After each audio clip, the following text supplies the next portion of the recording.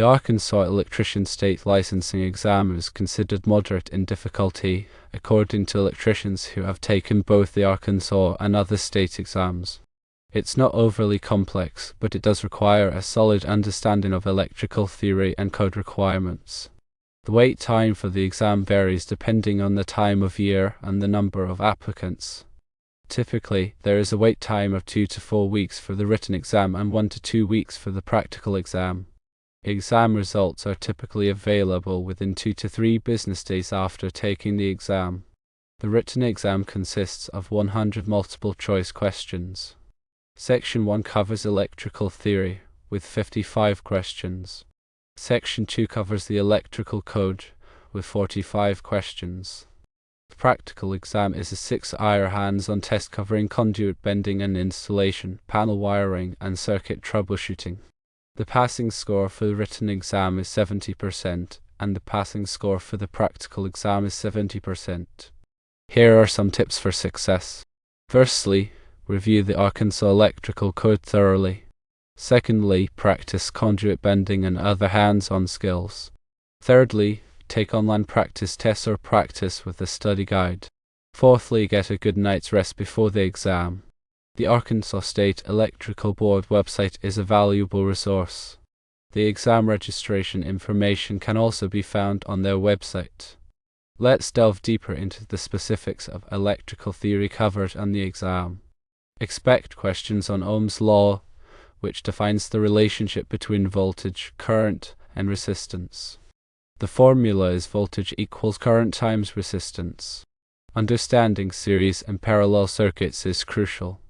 In a series circuit, the current is the same throughout, and the voltage drops add up.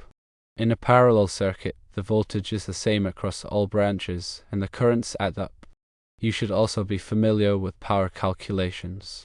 Power equals voltage times current, and power also equals current squared times resistance. Understanding alternating current, or AC, and direct current, or DC, is fundamental.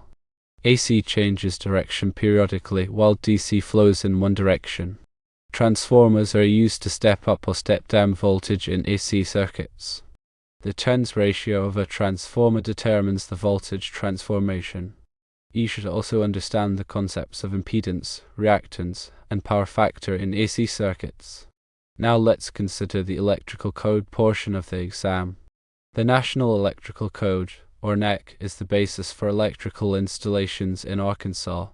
Familiarity with the NEC is essential. Article 90.1 covers the purpose of the NEC, which is the practical safeguarding of persons and property from hazards arising from the use of electricity.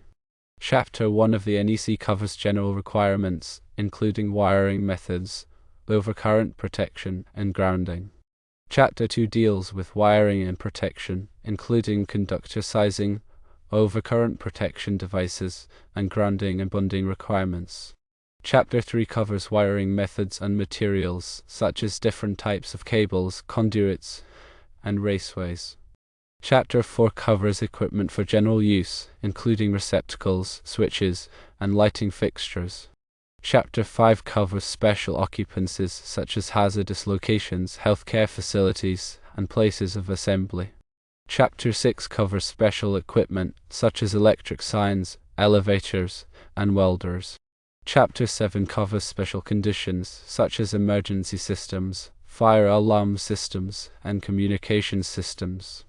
Chapter 8 covers communication systems such as telephone, data, and car TV systems. Chapter 9 contains tables and examples for calculating conductor sizes, conduit fill, and other electrical parameters.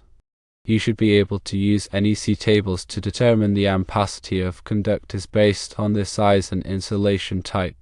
NEC Table 310.15 specifies the allowable ampacities of insulated conductors rated up to 2000 volts. You should also be familiar with the dirting factors for conductors in raceways or cables, as specified in NEC Table 310.15b3.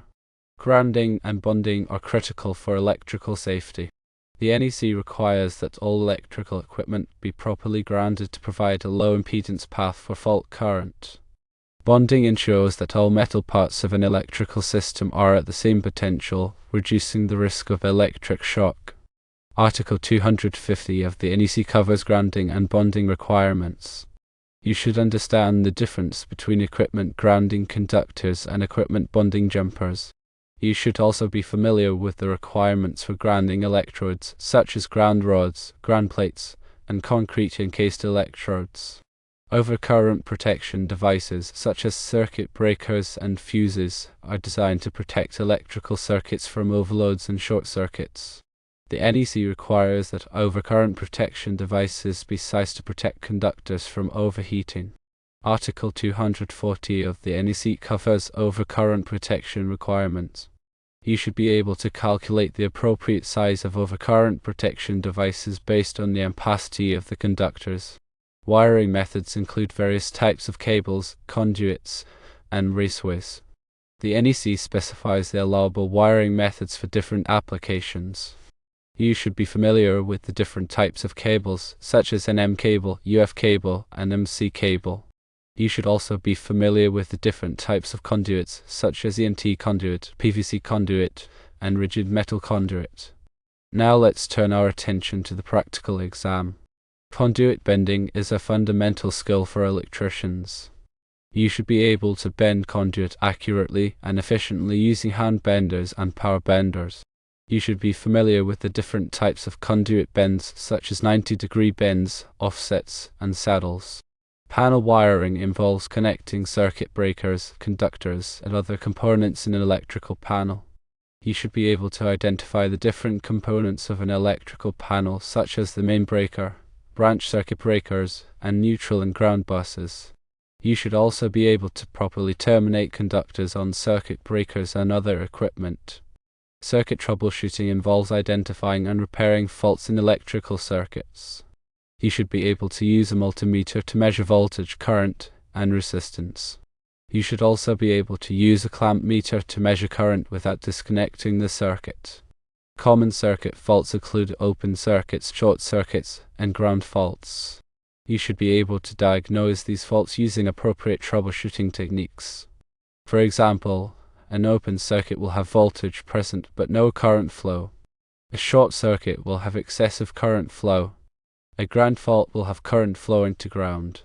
Regarding the Arkansas Electrical Code, it is based on the NEC with some state-specific amendments. You should consult the Arkansas State Electrical Board for any state-specific requirements. Some states may have additional requirements for continuing education or other qualifications. Therefore, it is important to familiarize yourself with the specific requirements of the state in which you are seeking licensure. Online practice tests and study guides can be valuable resources for preparing for the electrician licensing exam. These resources can help you assess your knowledge and identify areas where you need to improve. Some practice tests may simulate the actual exam format and difficulty level. Study guides can provide a comprehensive overview of the topics covered on the exam. Getting a good night's rest before the exam is essential for performing your best. Being well rested will help you focus and concentrate during the exam.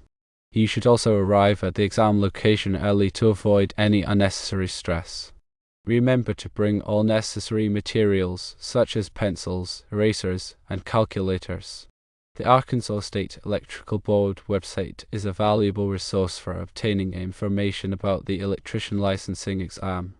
The website provides information about exam requirements, registration procedures, and exam dates and locations. It also provides access to the Arkansas Electrical Code and other relevant documents.